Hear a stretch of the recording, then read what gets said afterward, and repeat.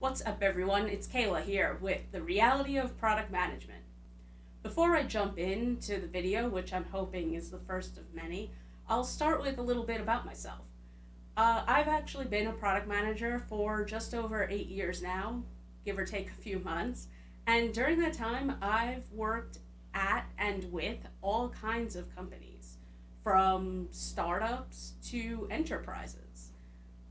And during that time, I've encountered few products that, no, there are few products I haven't worked with or built. And throughout the years, I've had the chance to mentor some amazing associate PMs, getting to watch them grow and learn all about product and what it means to be a product manager.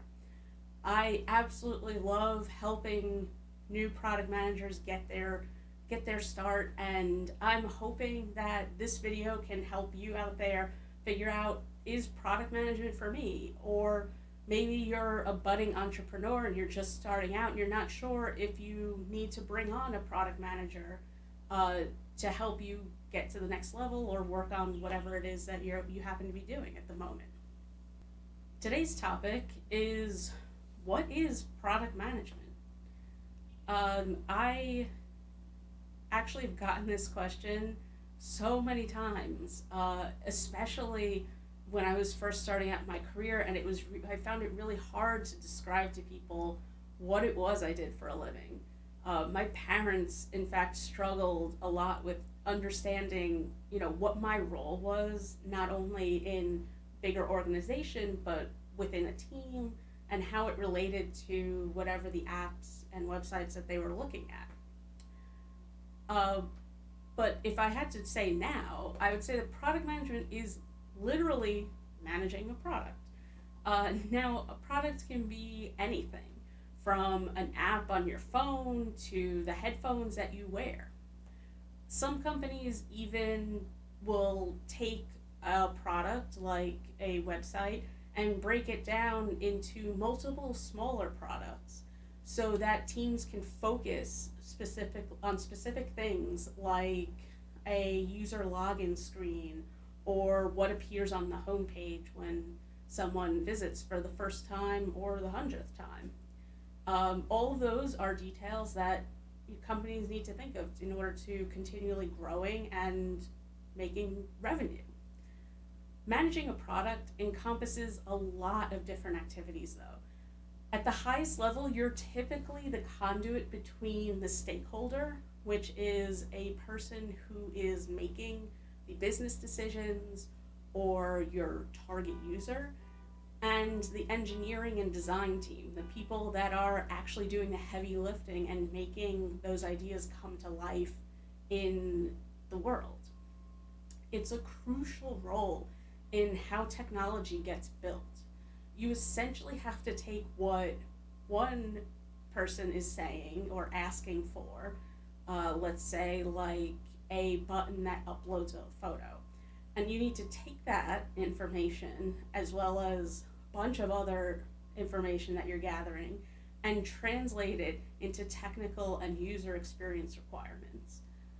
You really play a key role in figuring out things like, where does the button live? What happens after someone clicks a button?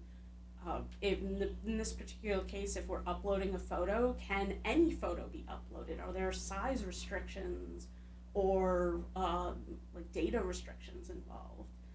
How does the user confirm that it's the right photo that they've uploaded? Can anyone see this photo that comes to the site or wherever it's being uploaded to? Or is it only the user who specifically uploaded it?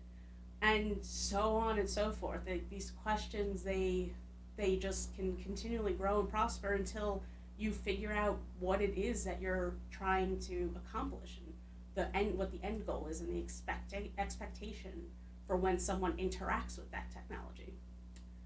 Now, if you've ever heard of or looked up product management before, a common phrase that you'll find to describe the role is CEO of the product, or a product.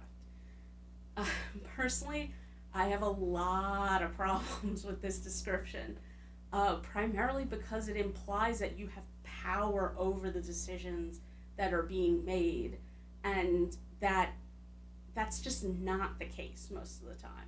Like, you have the ability to say no, which is something that we'll go over in another video, or help people figure things out, but in the end, there's a team to consider, and a stakeholder who has their own requirements and restrictions, in addition to your teammates who may have their own technical limitations in mind or their own scheduling issues, and you have to try and find a way to meld all of these things together and get it done. Personally, I've always described the role as being the quarterback or captain of a team. So you don't really have any direct authority over your teammates. It's really only the authority that they give you, right, as being the leader of the team. And your goal is to help see your team to victory through your leadership.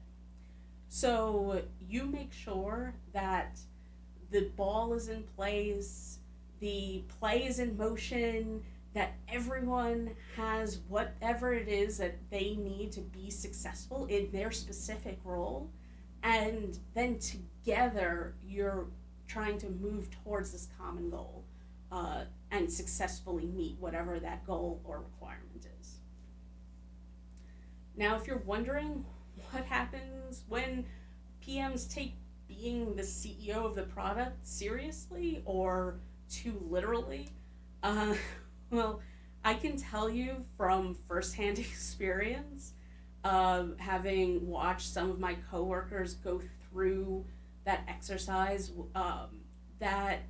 and they're going down that road, that it just creates this very, very toxic team environment. The team that you're working with do not directly report to you as a product manager, and that's really an important thing to keep in mind. So if you're trying to dictate to them what they're going to work on, how, when, it just causes this immense amount of friction on the team, and in the end, people aren't successful in that kind of environment. In addition, the members of your team should be viewed as experts in their field.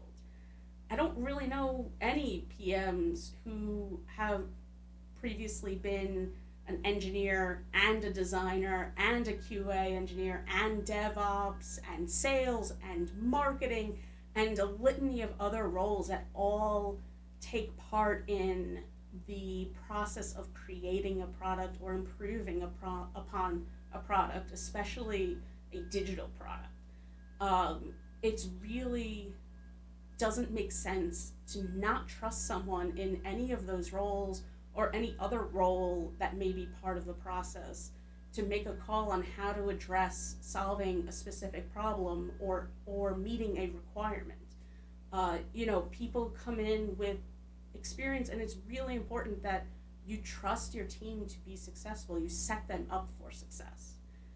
In my experience, the most successful teams are the ones where you're operating as a leader of the team and not the CEO or some kind of dictator. Listening to your teammates who are not only trained in their role, but who may have experience in some specific issue or expertise that they can lend to solving a specific problem that you're trying to solve as a team, can lead to amazing things happening. Open communication on a team is absolutely essential and critical for success. But that'll be a topic for another day.